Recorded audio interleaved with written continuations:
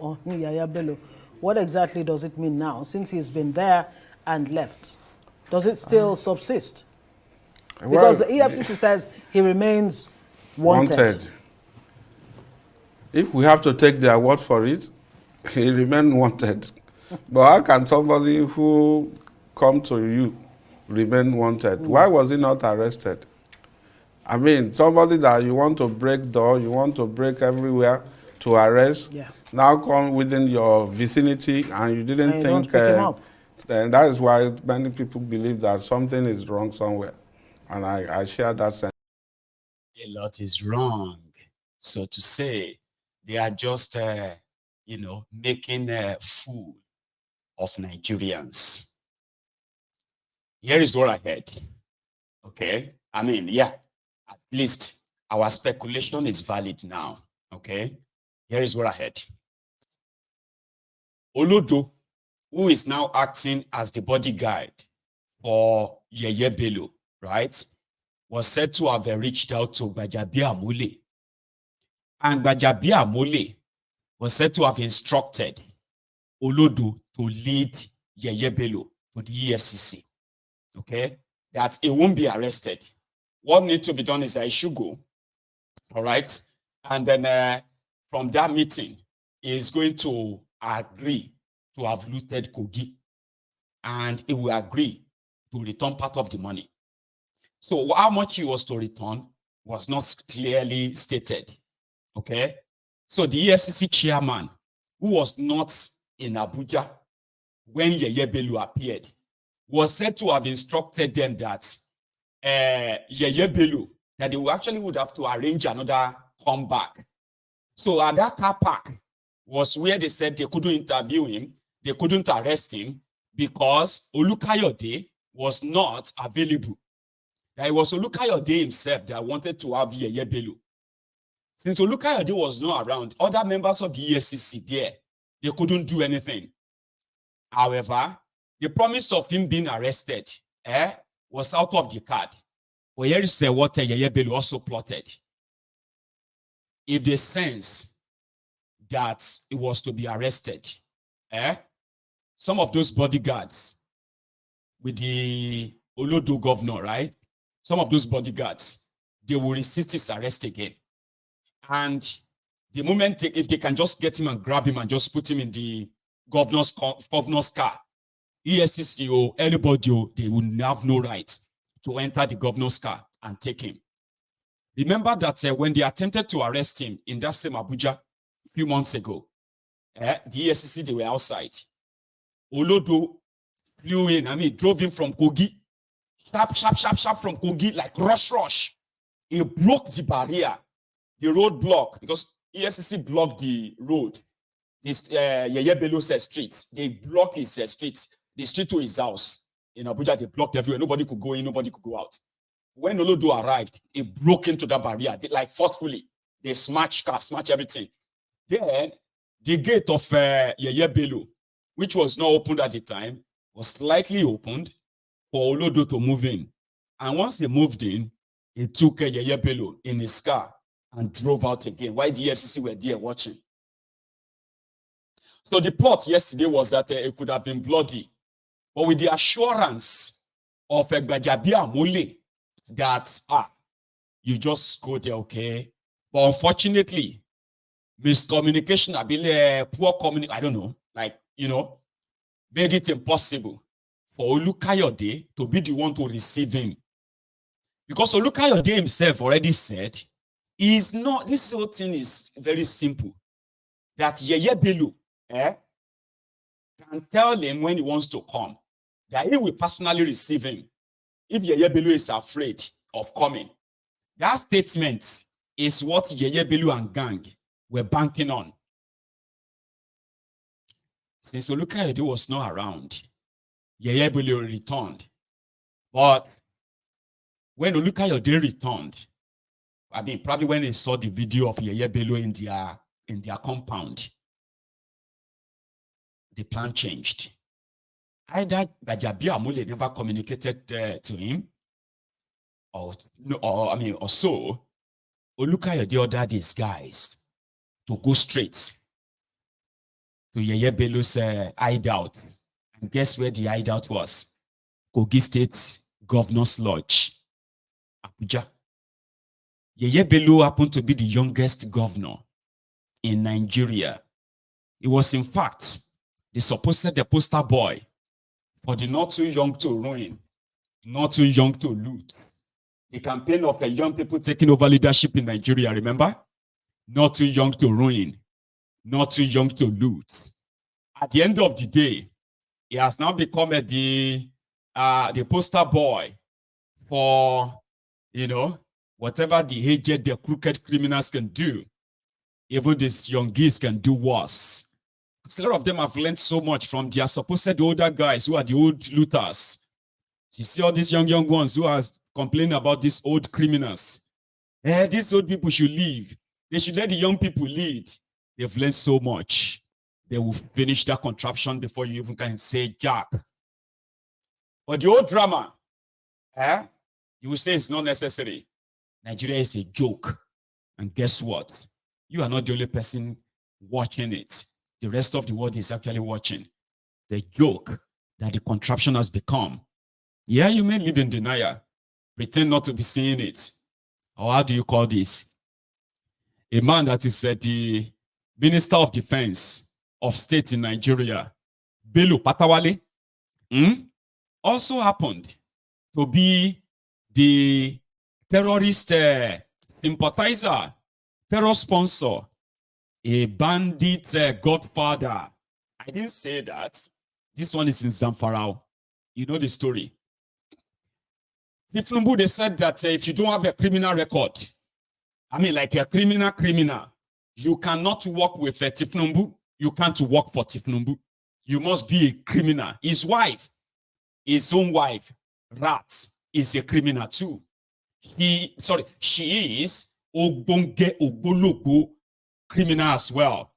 He is mentioned in the FBI, documents that show the heroin trafficking of Tifnumbu in the early 90s. Remember, Rat is your first lady today, and if your wife is Ogbologbo criminal, and everybody around you are all criminals, take a look at their background. You must be a criminal.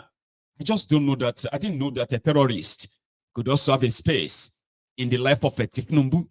That is where Bello Matawale comes in. His own successor, his name is Lawal. He has been talking and talking. He said he went to Tifnumbu and told Tifnumbu that this man is a terrorist. That when he was governor of Zamfara state, terrorists were sleeping inside government house. Yeah, bandits. You saw those stories with kidnapping under Boko Haram then.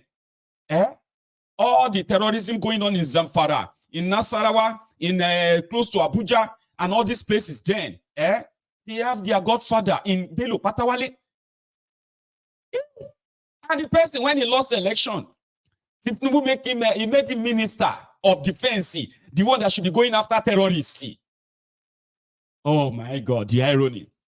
Here is the Zamfara state governor telling us that, don't be say they know they try their best to at least make sure, say, this act of terrorism and the people behind it are are completely brought to book.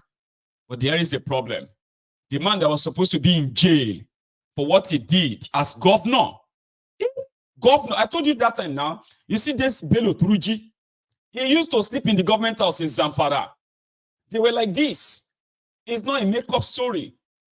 You know why? All the weapons, all the stuffs they are giving to them, including cars, vehicles they were giving to these terrorists they were using, they were bought with Zamfara state money, the money they collected as their allocation from Abuja. And this guy said, we know where they are. We know where the terrorists are. The moment they lost, the moment Bello Matawale lost, that gave them the chance to go after the terrorists. But unfortunately, Matawale is still part of the federal government. In fact, allowed to see all the intels of terrorists. If the Nigerian army or Nigerian DSS and all the security guys, when they have a dossier or they have any memo on the terrorists and their cells and their activities, and they decided to go and discuss on how to go about it, Bello Matawale is one of those that will have access to this information. So do you not notice that the act of being ambushed, I mean, the Nigerian soldiers being ambushed, slaughtered by these terrorists could only come from the person who is an insider. Now they are pretending to be fighting the terrorists. No, they are eliminating those that could possibly end up exposing them if they are captured. There's no intention of capturing any terrorists right now. The intention is to make sure that they kill them so that they will never have a chance of talking. Well, this is a governor. A governor is not just somebody making things up. This is a governor. He said they've arrested a lot of terrorists. But the problem is this. From Abuja, order from above, they will just tell them to release them. That's it. And the guys will be back in the wild. And they'll continue the business as usual. A governor is saying this. But they are telling you that they are fighting terrorism or fighting terrorists. Let's hear him. The governor of Zamfara. There were a lot of issues in the past with my predecessor. In fact, let me say this very categorical. If I were him, I would resign and face all the allegations against me. And that would have been more honorable, because from all the information we're getting, my predecessor was fully involved in some of these banditry issues. Typical is the fact that there was a permanent secretary when his children were abducted. And it was unfortunate that he had to pay ransom through the government house. And it was also very clear, based on all the allegations, that bandits were being kept at government house. There are so many issues. So for me, honestly, if I were him, I'll step aside and face this allegation until I clear my name before I come back and continue my job. That should have been more honorable. And how can you imagine all these allegations against him? And he's still the Minister of Defense. I mean, that is unfair. This man could have been honorable, stay aside, face all these allegations, clear his name, and then come back and continue to do whatever he wants to do. Whether he wants to remain as minister or he wants to do something else, that would have been more honorable as far as I'm concerned. If I'm in that position, believe me, I'll put in my resignation letter. Well, Your Excellency, he has not been nailed by the EFCC. So why do you think he should have been probed before taking up the appointment? In May last year, 2023, there was this allegation of misappropriating over 70 billion naira. And when we took over, we realized that 70 billion was a child's play compared to what we have. And all this information are before the EFCC. And I wonder how this guy was cleared by the security operatives before it's confirmed. There were a lot of issues in the past. He is not just a terrorist sponsor. He is a great looter that they've traced over Zamfara, that small state, over 200 billion naira stolen by Matawale. Well, here is another one from this same guy. He is a governor, so in case if you think he's just making wild allegation and other nonsense that you might be telling yourself, or he's a political opponent and other nonsense. No. Lives have been taken. People have lost their lives. People have lost their livelihood. People have become refugees. And guess what? Imagine you losing your loved ones, only to realize that the person behind it is your state governor. The person that was supposed to keep you safe is actually the one harboring the terrorists. The terrorists you think are being looked for, they were actually living in government house. How do you think that would feel?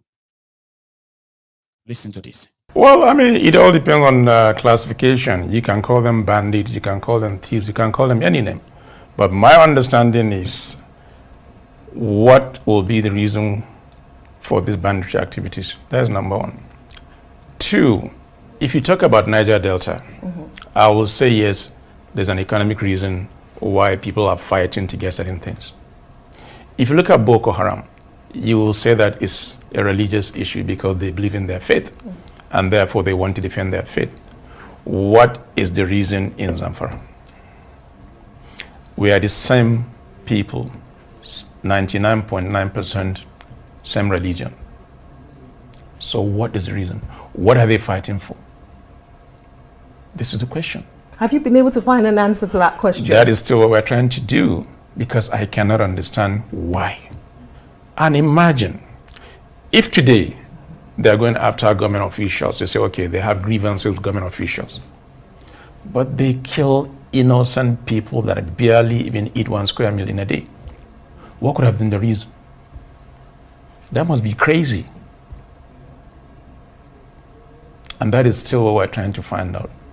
And to deal with that is you need to deal with these people decisively. And in taking that decisive measures, let's talk about the role of the federal government in all of this, because so far it's been your effort we've talked about. How much of an influence does the federal government have in, or has in, fighting this war with you in Zamfara state? What's been the involvement of the federal government? Security situation is not just for Zamfara. It's across all the northern part. However, Zamfara play a dominant role in terms of the banditry, because this is where they hibernate. They move from Zamfara to Katsina, Niger, Kaduna, Sokoto, and so on and so forth. And you know, it's the responsibility of federal government to provide safety of people, lives and property, which is the security forces that include the military, the police, as well as civil defense. Yeah, they're doing their best. However, there's a need to do more to deal with these guys decisively. Like I said, we know where these guys are. We know where they live. We know their parents. You know them as a government. Of course we do. They live with the same community we live. So why is it difficult to get them? That is the $1 million question that I should ask you. We are trying to understand, for those of us who are now conversant with Zamfara, have never been there, and we hear you as a chief security officer speak tonight to say you know these people, but yet you can't get them. It's a head scratcher. It is something that we are trying to all put our heads together. That is why, from what I can do as a governor, to have this CPG as a first line of defense. Of course, military are there, police are there, as well as civil defense, but they are not under my control. They are under the control of federal government, and they are doing their best. And like I said also, our security forces have the ability to crush these guys. But they are not.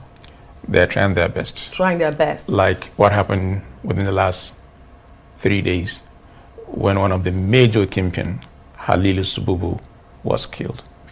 It is a combination of both military as well as the CPG and the community that made it possible. And I commend them. Well, it all depends on... They know them. We know these bandits. They call them bandits, but they are not bandits. So if you're wondering why are they doing this in Zamfara, there is this clip that I should have put up. I'm sorry. So I'm going to put it up now. It's a very quick one. Okay. Why are they killing in Zamfara? And what else are they looking for? Transiting from Zamfara to other places. In other places in northern Nigeria. Here, it's called the Zamfara Gold. And the likes of Matawale, who armed all these terrorists, building them, protecting them, as you can say. At a point, Matawale was displaying gold. And they said, you see this gold, they are like blood gold. Are you with me? These were the proceeds of the terrorism. Well, according to him, this was him when he was their governor. Okay? So, Zamfara Gold, which belonged to Zamfara. Niger Delta Oil, that one belonged to Nigeria.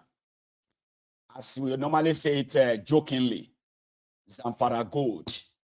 Immediately after Matawale left, nobody see this gold anymore. Ina kimara biyu. Sai na kimara biyu. Wa kun ga da ba wannan ne. Na aka canta kilo. Bari in mun koma mu zo da sai. Sagiru dan sagi. Shege ya san wuri mai kyau kenan. Idan ku ba. Kun ga yadda aka hatuwa da gara mai sallasu. Guntattaki. Ba mu ba da kuɗi mu kwashi waccan Allah na. Wace allaka? A to shikenan sai in kwashi gara. Ya rere. Kai, ra'o ba. Da ba ta kai da ba. Ra'o ba ka kai. Ina kimara biyu. So do you see the number of young people there? That place you just seen there, right? That used to be a farmland. And in the space of 4 years, this guy turned Zamfara into the bandit or terrorist den. And since then, they have been readily available to go look for mineral resources from across northern Nigeria. And the moment they found any, they will be harmed and terrorism will begin in such places. That's how it's like a Zamfara was a place where the breeding ground started. They killed people from their farms. They chased people away from their lands and turned the entire place to a gold mining field. Blood gold. And this guy, around that time, never even lived in Zamfara. He lives in Abuja or America. His 2 or 3 wives, they live in America. So he's shuttling between Abuja and the United States of America. How the American government didn't see these terrorists flying in and out into their country for 4 years is still somehow something that I kind of feel like it's a mystery, right? Then they have the Opemu Stupid Service, the secret agent in Nigeria, the secret security in Nigeria, that will do a background check on every person who wants to occupy public office. Still, since a drug dealer is your press idiot, why won't a terrorist funder, terrorist sympathizer, a terrorist, why won't he scale your screening? It is what it is, right? That says Zamfara. We'll leave them and go elsewhere again. This time around, I want us to please go to, let's stop at Edo. We've been to Kogi. We've been to Abuja. We've been to Zamfara. Let's take a stop at Edo again, right? Here is the guy that the APC, Egbekegbe, is planning to make the governor of Edo State. Edo lights. Your next governor that they're about to rig in for you. Man, ridiculous. We started going home. On our way home, I discovered that she was getting the car. When we were very small, when we got to front of my father's house, she died. She fell down, and that was how she lost her life. Then I started crying. I thought she come back. In the morning, I went back to our home to see if she was there. She wasn't there anymore. And I said, in my life, water, I will fight you. By the time I grew up, I took to my promise. And I started putting the ball home. I put the ball in my community. Then I went to the same Afuda where we fetch water that my sister lost her life. Put the ball home there. Today we have practically ball in all the local government in this land. It goes to So he's talking about how he lost his sister to a bad road or bad this or that, and all that. But that's the person that the man, Yomole is pushing. So I was asking myself, like, is there no other person in the APC, somebody who kind of like, who can express himself? Then I saw some of the voluntary slaves even from Edo State. His English language is language. Putin speak English. China president, does he speak English? English is not our language, say, but they speak their own language, Abi. Which means they went to school and they could communicate in their language, whether not Chinese, they are Chinese, Abi. But in Nigeria, you were trained to speak in English, Abi. How can you actually expect somebody like that to be your governor? Like everybody going to Edo saying APC in Edo, like that's the guy they want to make your governor. Say, well, it's because he probably will be easily controlled. He's a senator. How did he become a senator? It is the contraption Nigeria. You're looking at you are talking about how backward Nigeria has become, Abi, and then you are watching the criminals like that, okay, forcing incompetent wills on you